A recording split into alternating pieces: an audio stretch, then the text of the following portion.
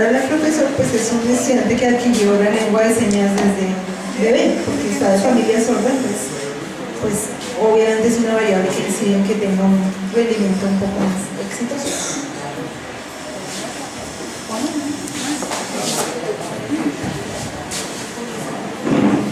Bueno, en cuanto a la primera pregunta que dice orientación e inducción que ha tenido sobre el trabajo con sordos y su proceso de formación. Nosotros somos de la básica primaria.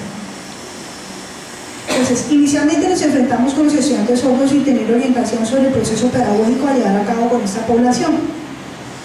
Los procesos de aprendizaje sobre el accionar a desarrollar como docentes los adquirimos empíricamente, muy nutridos de los conocimientos compartidos por nuestras compañeras y aquellos que vinieron y siguen viniendo del interés personal a través de lecturas y en el momento accediendo a otro tipo de fuentes como el contacto con personas sordas que ya son profesionales de la educación y a páginas de internet como la de FENASCOL, la de INSOL últimamente, la creada por Colombia Aprende, que es...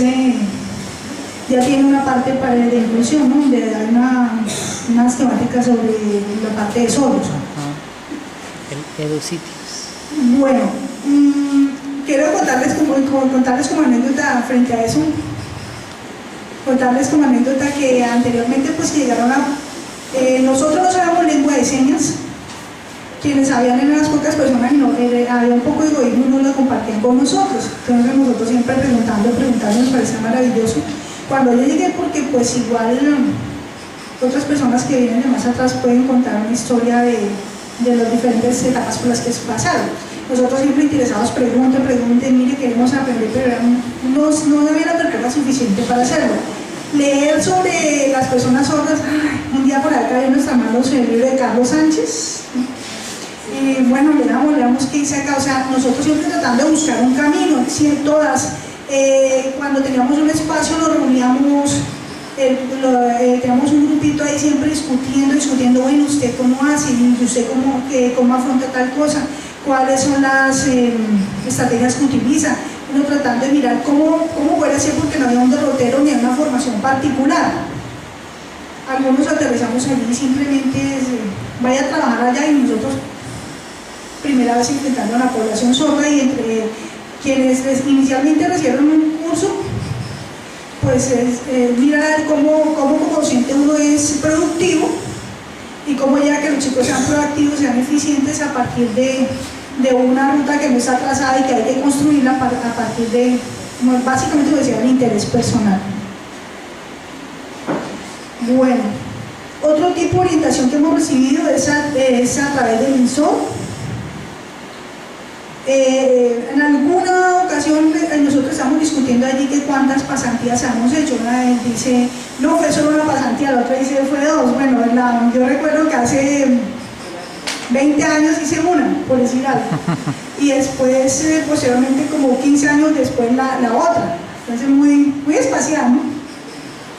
Entonces, a través de pasantías que en algún momento se han hecho y de seminarios o foros en los que hemos participado esporádicamente, sin que esto obedezca a un proceso de capacitación o actualización continua. No ha sido continuo el proceso.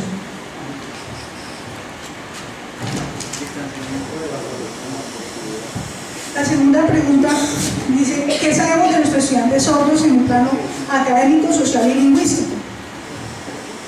Entonces, nosotros como cuerpo docente de la primaria nos preciamos de conocer en forma particular a cada uno de nuestros estudiantes. En nuestro quehacer, la historia de vida de cada uno de ellos es punto de partida para hacer un ejercicio pedagógico de tipo humanista. Muchas veces incluso hemos afirmado que llega un momento en que nos interesa más centrarnos más en formar al ser humano, en orientar ese proceso de formación, que la parte cognitiva académica. En algunos momentos lo pensamos porque nos llegan a situaciones muy difíciles a nivel de comportamiento, de historia familiares de los estudiantes. Ángela me está diciendo que prácticamente nos han llegado situaciones de abuso sexual, agresiones físicas del entorno familiar, en los casos difíciles, y nosotros tenemos que dedicar parte del tiempo que es del trabajo pedagógico a ahondar sobre esas situaciones y tratar de ofertar salidas a estos niños para que accedan a formarse integralmente. Bueno, la concepción con la que trabajamos parte de una visión socioantropológica de la sordera, a partir de la cual reconocemos al niño sordo como un ser pleno de potencialidades. Lingüísticamente, reconocemos que posee una diferencia lingüística, la cual implica dar una respuesta desde la lengua de señas como primera lengua que le es propia. En este aspecto afrontamos el problema de la extraedad, queríamos puntualizar sobre esa situación en el colegio, de lo cual le viene que lleguen a ser escolarizados por primera vez a los 8, 9, 10 y hasta los 13 años, digan por primera vez, sin que antes hubiesen tenido ningún tipo de acercamiento a la lengua de señas, nada. En muchos casos es la primera vez que son institucionalizados, lo cual está asociado con dificultades a nivel de socialización, lo que les estaba mencionando anteriormente. Académicamente pues partimos de acá para que no se nos fuera a olvidar, son una población muy visual, por ello para fortalecer los aprendizajes se usan muchas ayudas pedagógicas de tipo visual. Bueno, los estudiantes sordos, al presentar normalidad cognitiva, acceden a procesos de aprendizaje, a los procesos de aprendizaje propuestos, pero los niveles alcanzados están influidos por aspectos como el desarrollo lingüístico particular, el apoyo familiar y obviamente la motivación de cada uno de ellos. También influyen los ambientes de aprendizaje, los cuales deben diseñarse para responder a su particularidad lingüística, garantizando en forma permanente la presencia del modelo lingüístico, por ejemplo, para potenciar el desarrollo de la lengua que le es propia. Dicen, ¿qué acciones, actividades o tareas particulares desarrollan con los estudiantes sordos? Entonces, se hacen aprendizajes contextualizados y vivenciales, uso de muchas estrategias donde se privilegia lo visual, como ya se ha mencionado anteriormente. Se abren los espacios para escuchar al estudiante desde las problemáticas que afronta como persona, en especial en lo referente a su vida familiar, y se aprovechan como instancia de reflexión. Faltan 4 horas. Se privilegia como estrategia darle la palabra al niño, obviando el esquema tradicional del estudiante receptor pasivo. Es fundamental si queremos que mejore su manejo discursivo en lengua de señas. Y se accede diariamente a las noticias para ampliar su visión del mundo, ¿no? Porque ellos en la casa no tienen quien mirar la noticia y no tienen quien les explique. Incluso hay un momento en que uno inicialmente para plantear las noticias, algunos dicen que no les interesa porque, o sea, que eso que entonces uno ya empieza a explicarle, mira, pues qué pasó en este lugar, coge uno el mapa y le dice, mira, si es aquí en Colombia está acá, y tener el planiferio, mostrarles en dónde, Europa, ¿eso qué es? Bueno, son continentes, bueno, entonces le toca a uno aprender a manejar toda esa parte desde la misma ubicación geográfica de donde suceden los acontecimientos. Obviamos un punto que por ahí y continuamos con qué acciones o decisiones favorecen o obstaculizan sus intencionalidades pedagógicas en favor de la inclusión de las personas sordas. Bueno, nos centramos en las que obstaculizan.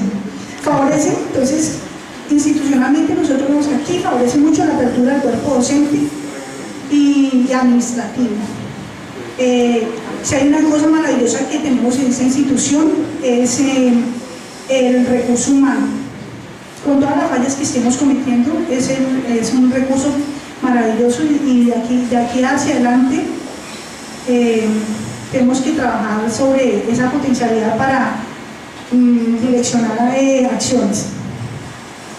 En cuanto a las cosas que obstaculizan, el desconocimiento de la situación social y lingüística de los estudiantes, nunca podemos pasar por encima de eso. Y si pensamos que eso ocurre. Las políticas estatales de racionalización del recurso humano. Hay supresión de cargos, por ejemplo, nosotros tenemos problemas con modelos lingüísticos, en ese momento creo que hay también problemas con intérpretes. Y hay una cosa particular que nos afectó muchísimo y fue la fusión de los grados. Me quitaron a 3 docentes que estaban allí con nosotros y nos dejaron 2 grados a cada uno de las docentes, y eso ha dificultado mucho el trabajo. Por último tenemos la falta de un proceso permanente de capacitación. Muchas gracias. Gracias. Una pregunta para los profes de primaria. Ustedes egresan los estudiantes de quinto grado y la mayoría de ellos, supongo, vienen a continuar el sexto aquí. ¿Ustedes son convocadas o hay alguna estrategia dentro de la institución para que ustedes hagan ese tránsito de información de quiénes son los estudiantes que van a recibir los profesores en grado sexto, cómo vienen, cuáles son sus historias educativas? ¿Eso está institucionalizado acá?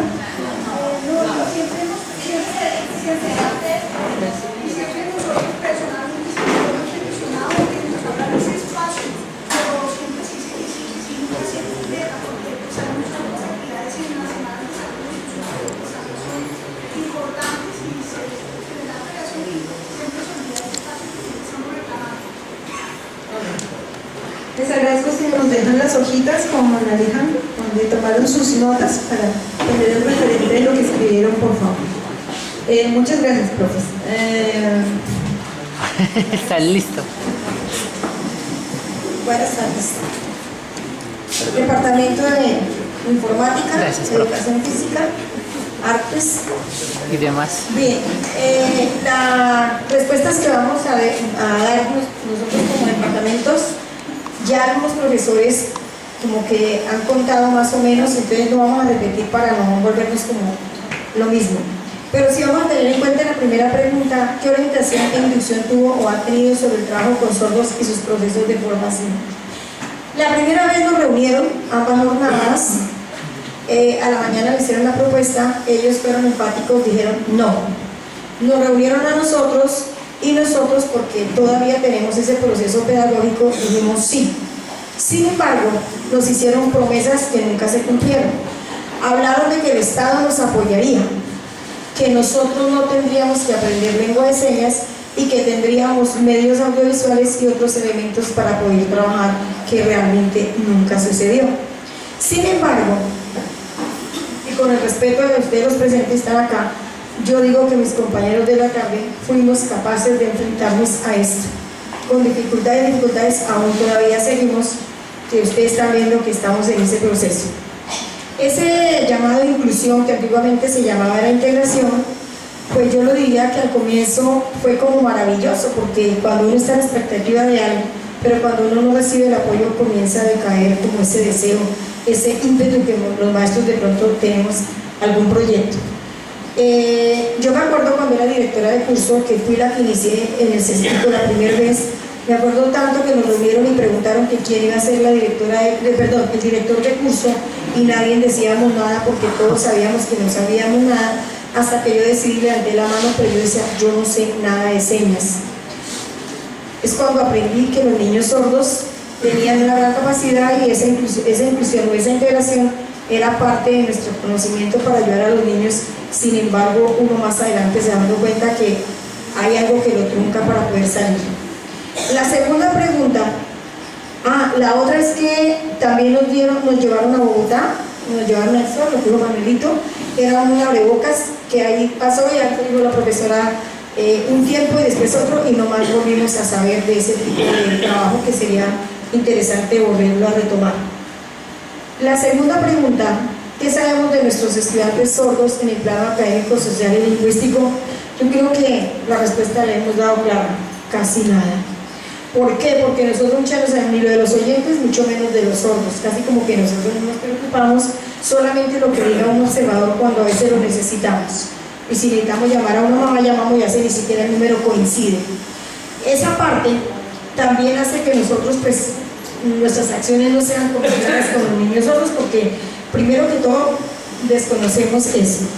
Y segundo, en el plano académico, por ejemplo, se reciben en bachillerato y se asume, nosotros los profesores, que ellos vienen ya con todos los conocimientos básicos, pero a través del proceso se da uno cuenta que los estudiantes tienen falencias en el área de lo lingüístico, de lo académico, y algunos estudiantes ingresan con edad muy avanzada. Entonces hay como se diría, una mezcla de niños con muchachos ya grandes, y una serie de cosas que ellos ya saben, mientras que el otro niño hasta ahora está empezando. No manejan adecuadamente el lenguaje de señas. Aquí han llegado niños que completamente están perdidos en ese manejo. En el plano lingüístico no hay comunicación con algunos padres y sus hijos, los padres no saben señas. Si no saben comunicarse con señas, el lenguaje de señas para el muchacho eso es grave, porque entonces ¿cómo hace para interpretar lo que otro le está diciendo? Y nosotros los profesores pues realmente no sabemos señas. En el plano social nos basamos lo que dice en el observador, por ejemplo se queda y todo eso, pero no, como que no entramos, no ahondamos. Ellos vienen aquí, algunos, pero por hallar a sus amigos, encontrar a sus amigos porque saben que se pueden interpretar por señas y se entienden. Algunos no tienen como el interés académico, sino es solamente la parte social. Los pares. Exacto, gracias, esa es la palabra correcta la que se me había olvidado, los pares. Ellos también, sus recursos son muy mal, económicamente están mal, no tienen la posibilidad. Y la otra, también escasez de valores que vienen desde su casa. Hay niños, jóvenes que ya tienen relaciones sexuales, toman, se emborrachan, o sea, ya tienen acciones más de adultos que de niños. O sea, sus decisiones ya son tomadas como a la fuerza para tomar ideas de adultos. Yo quiero comentarles aquí rápidamente a los compañeros